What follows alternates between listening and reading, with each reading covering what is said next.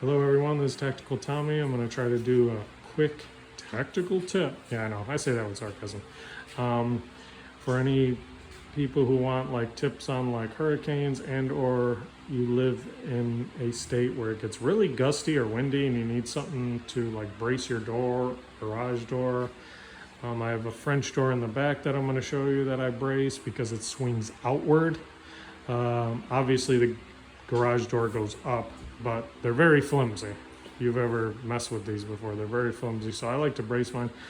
I currently live in Central Florida, Orlando metro area, so I am preparing, well, I'm already pretty much done. I always do the garbage cans last. I always brace the doors last because that's a way of like, kind of like, okay, I'm staying in now. So I'm doing this right now. I'm like, damn, I should have did a video on this a while ago. So I apologize. This is the last minute. But the good thing is it can help you for the future. And even right now, I mean, you got time. It's about 11:40 where I'm at. And they say, you know, to be in around 2. So, I mean, you still kind of have time if I get this video out. I'm not really a YouTuber, but I really wanted to give people a tip on this. So that's what I did. I brace it up against there, brace it up against there. And like I said, if you have a pool, you always want to drain your pool a little bit during a hurricane because it'll compensate for rainfall. So in that process, what you're doing as well is you're actually cleaning out your garbage cans and or recycling bins. I didn't mention this one because I actually just have hoses and stuff for the pool in there. I just brought in, I mean, it still is pretty heavy, but I'm not gonna fill up because these two, trust me, are monsters. They are so heavy now. So what you really wanna try to do is, you can either use a submersible pump. Yeah, I know, last minute, but like I said, for future use, it's like 40, 50 bucks at Home Depot. Like, I don't know, 2 gallons a minute or something like that. You know, I have a slower one that I used to use in Chicago for certain things. So I'll show you that in a minute. And so you fill them and you can fill it. If you don't have a swimming pool, just use your regular water, fill it up when you're done. If you don't have a pump, you can either get somebody who's really strong and tip the damn thing over, or you just get a bucket and scoop out just, you know, a couple buckets worth and boom, you know, you're already able to like dump it over. I'm just using the example of the submersible pump because I use it for my damn pool anyways. So let me show you. So these two are braced, so they're not going anywhere for the storm. I'm good in here. I'm pretty much done with prepping. Like I said, just doing my last minute ones. Sorry for the wind. So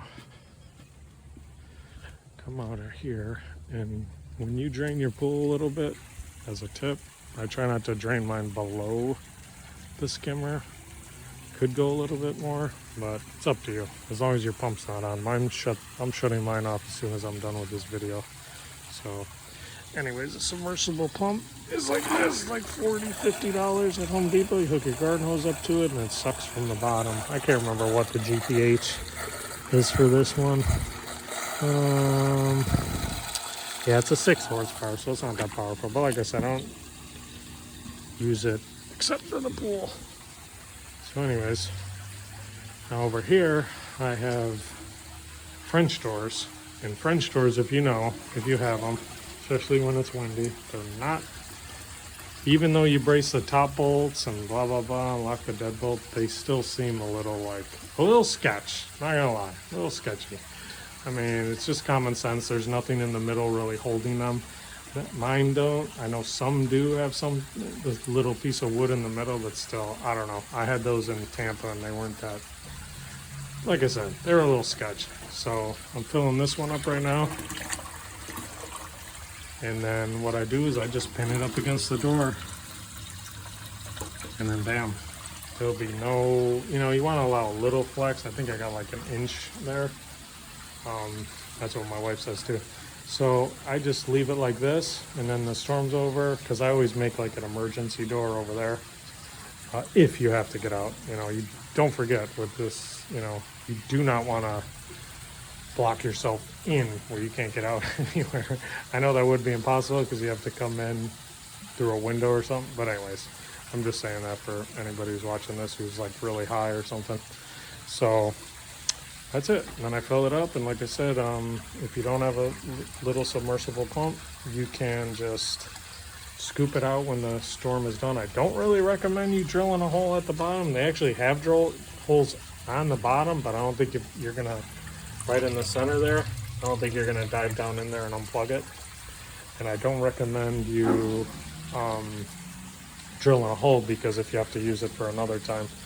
But my county's not that stingy anyways. I live in Osceola, so if you drill a hole, you may be able to tell them, you know, later on, like, hey, this thing's busted, and sometimes they'll send you a new one. But for this purpose, I suggest not drilling a hole at the bottom to drain the water. Just like I said, scoop it out, even with just a little freaking pot. You can just drain it out and then just push it over, because, yeah. But hopefully this helps. Yeah, bracing any kind of door, even a front door. My front door shoots inward, so I only brace that from inward, obviously, with like 5-gallon water bottles and stuff like that. But yeah, hopefully this helps. Utilize your 96 calendar instead of just sitting there doing absolutely nothing, just taking up space. So yeah, we got Milton coming in a little bit, so anybody who's watching this lives in Central Florida, good luck, stay safe, and always remember, be prepared, not scared. Thank you.